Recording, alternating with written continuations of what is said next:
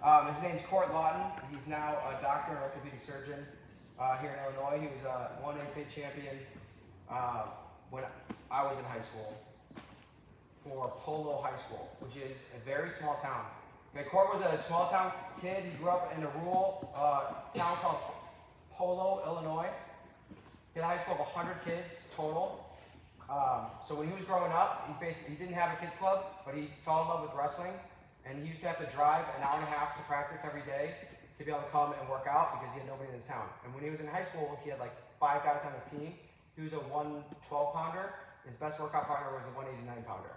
Right? So he did not have the resources, and he came from a small town. So I got to know him when I was a kid. He would drive an hour and a half one way to come practice with us.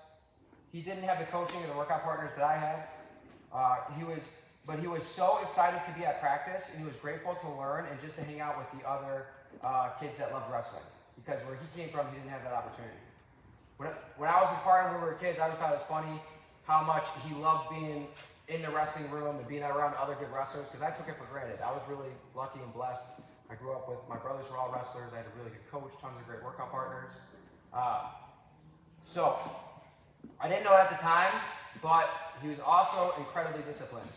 He maintained nearly perfect grades. I didn't know this at the time, but he was extremely smart. Never messed around at practice. Never missed a practice. For 3 years straight, didn't miss a single practice. Would drive an hour and a half, 3, 4, 5 days a week to get to practice. So for what he lacked in coaching and partners, he made up for strength training on his own. He made a makeshift weight room in his basement, and then just trained with his dad.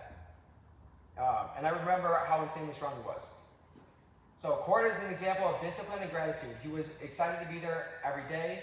He learned through wrestling and applied it to much bigger things later on in his life. In high school, he was a one-time IHA state champion.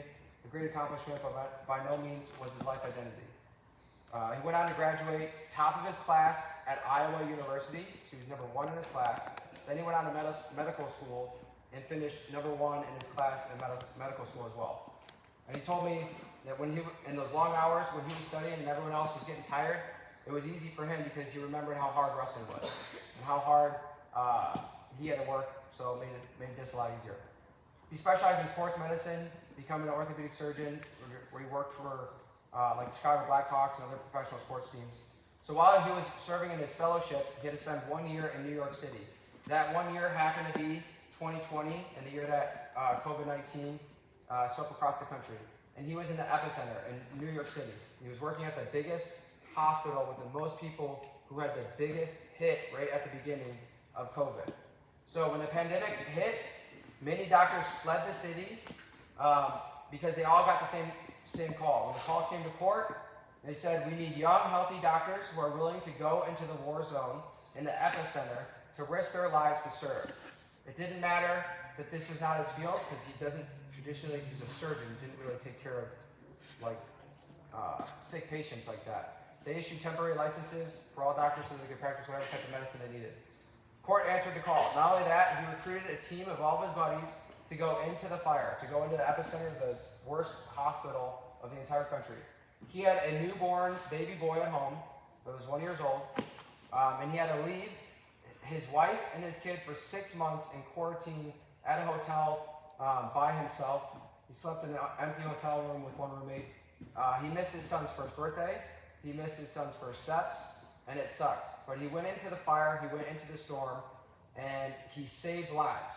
And he told me that he was literally hauling body bags into trucks because they ran out of space at the morgue. That's how crazy it was. The morgue was full. They had a large storage areas where they, with refrigerated trucks, where they had to load body bags. Doctors were breaking down in tears in the hallways. Families in shambles. Nurses and doctors and colleagues passed away, unfortunately, and he had to keep grinding. He told me after, Carson, I'm a wrestler. I trained my whole life for this. I competed it on the big stage. I dealt with fear, and I was ready. There was no hesitation, and when I got hard, I kept going. So when preparing for this story, I tried to search for any interview or any news article that he was in, or a point on his resume that explained that he did this for the 6 months and there's absolutely nothing. And to me, that is humility. When I talked to him about it afterwards, he didn't brag about it. He didn't brag about his friends. He didn't care about getting any recognition. He didn't brag about the incredible feat that he did. He just did the work because that's who he is. He became a disciplined, humble warrior because of our amazing sport. And a quote, when I talked to him about this, I told him I was going to talk to you guys. A quote I want to share with you, what he said. The winning formula in wrestling is the same winning formula in life. Work hard, have a good attitude, and keep showing up. Okay, so that's an example of using the things that you learn from wrestling and applying it to something much bigger than just this sport. Does that make sense? Build these characteristics and take them with you, apply them to your school, to one day your profession, to one day being a mother, a father, raising your family. And the saying is true. Once you've wrestled, what? Everything else is easy. But you've got to apply it to other areas in your life. All right? Good stuff, guys.